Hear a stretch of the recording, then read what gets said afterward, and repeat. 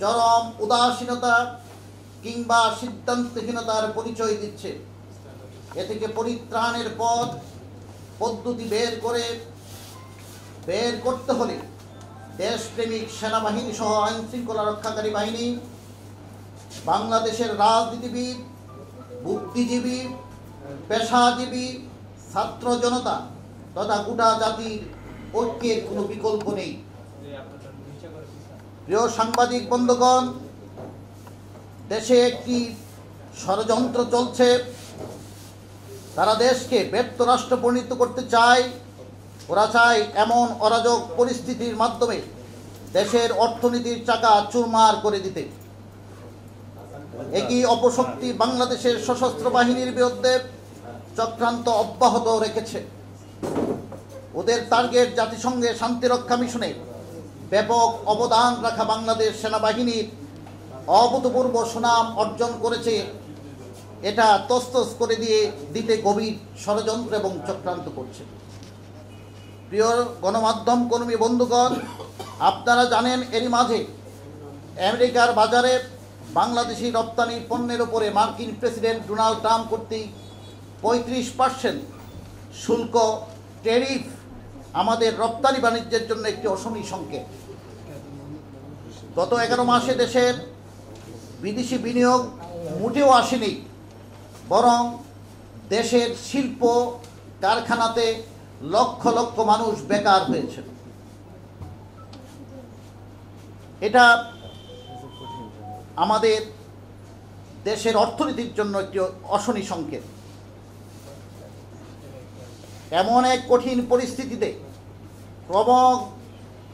অবনতিশীল আইন শৃঙ্খলা পরিস্থিতির কারণে আন্তর্জাতিক পরিমণ্ডলে বাংলাদেশের ভাবমূর্তি চরমভাবে ক্ষুণ্ণ হচ্ছে এবং ক্ষতিগ্রস্ত হচ্ছে দেশের অর্থনীতি। এই ক্রান্তিলগ্ন উত্তরণে সেনাবাহিনীর যে ম্যাজিস্ট্রেসি পাওয়ার দেওয়া আছে, আমরা আশা করব পূর্ণাঙ্গ এই ম্যাজিস্ট্রেসি পাওয়ার নৈরাজ্য, সন্ত্রাস, চাঁদাবাজি, দর্শন, খুন, দখলবাজি, ধারাবাহিক অপরাধমূলক অপকর্মের বিরুদ্ধে জিরো টলারেন্স ঘোষণা করতে হবে। একই সাথে চলতি বছরের ডিসেম্বরের মধ্যেই জাতীয় নির্বাচন অনুষ্ঠানের তাগিদে অনতিবিলম্বে বর্তমান অন্তর্বর্তীকালীন সরকার ভেঙে দিয়ে একটি নির্বাচনকালীন তত্ত্বাবধায়ক সরকার এর কাছে ক্ষমতা হস্তান্তরের দাবি জানাচ্ছি। তত্ত্বাবধায়ক সরকারের কাছে ক্ষমতা করতে হবে, কারণ অন্তর্বর্তীকালীন সরকার এরই মাঝে সর্বক্ষেত্রে দেশের আইন শৃঙ্খলা থেকে শুরু করে দেশের অবকাঠামো এবং অর্থনীতি রক্ষায় সম্পূর্ণভাবে ব্যর্থ প্রমাণিত হয়েছে। প্রিয় সাংবাদিক বন্ধুগণ, জাতীয় পার্টি এমনইভাবে দ্রুত সময়ে নির্বাচিত সরকারের কাছে ক্ষমতা হস্তান্তরের প্রত্যাশা করে একইভাবে অবিলম্বে সার্বিক আইন শৃঙ্খলা পরিস্থিতি স্বাভাবিক করার জোর দাবি জানাচ্ছে। আমরা আরও কোনো সন্ত্রাস, নৈরাজ্যে, চাঁদাবাজি, খুন, দখলবাজি, অপরাধমূলক কর্মকাণ্ড দেখতে চাই না। এই ক্ষেত্রে দেশপ্রেমিক সেনাবাহিনীর প্রধান জেনারেল ওয়াকরুজ্জামান সাহেবের প্রতি আহ্বান, দেশ ও জাতির স্বার্থে আপনি এক্ষুনি প্রয়োজনীয় পদক্ষেপ গ্রহণ করার অনুরোধ জানাচ্ছি। দেশ এবং জাতির স্বার্থে আপনি আর বিলম্ব করবেন না। আর দেশবাসী চরম এই আতঙ্কগ্রস্ত অবস্থা থেকে আপনি ছাড়া আর কেউ উদ্ধার করতে পারবে না। দেশবাসী আপনার দিকে তাকিয়ে আছে। সুতরাং এই দেশের মানুষ যেন নিরাপদে, কোথাও শুধু ব্যবসায়ীরা নিরাপদ নয়, সাংবাদিকরাও কোথাও নিরাপদ নয়, দেশের মানুষ কোথাও নিরাপত্তা নেই। আমরা সেনাপ্রধানের কাছে আহ্বান জানাবো, আপনি অবিলম্বে দেশের শান্তি শৃঙ্খলা ফিরিয়ে আনার জন্য পদক্ষেপ গ্রহণ করবেন।